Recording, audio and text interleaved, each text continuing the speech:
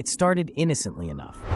I joined an online support group for insomnia, hoping to find some solace in shared experiences and maybe even some tips to help me sleep. The first few meetings were helpful, filled with the usual advice about cutting back on caffeine and practicing good sleep hygiene.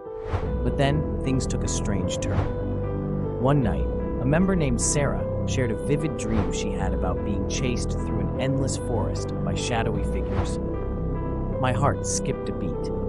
Her dream was eerily similar to a recurring nightmare of mine, one that had kept me awake for countless nights. As the weeks went on, more members started to share their dreams. Each one seemed to peel back another layer of my own fears. John described a dream of being trapped in a dark, abandoned hospital, hearing whispers but finding no one around. That was my nightmare too.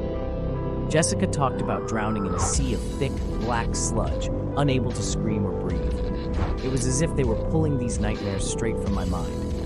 I began to dread our online meetings, yet I couldn't stop attending. I needed to understand what was happening.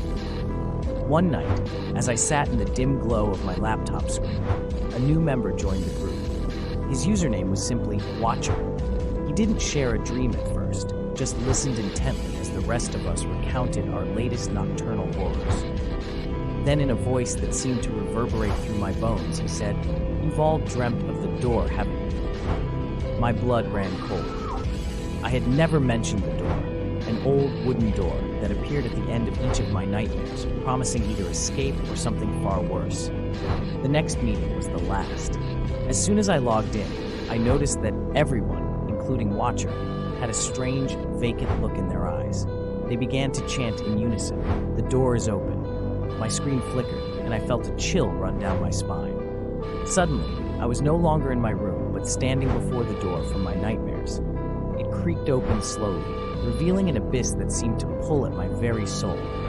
I tried to scream, tried to wake up, but it was no use. The last thing I remember was stepping through the door, compelled by an unseen force. Now, I'm trapped here, in the darkness, waiting for the next insomniac to join the group.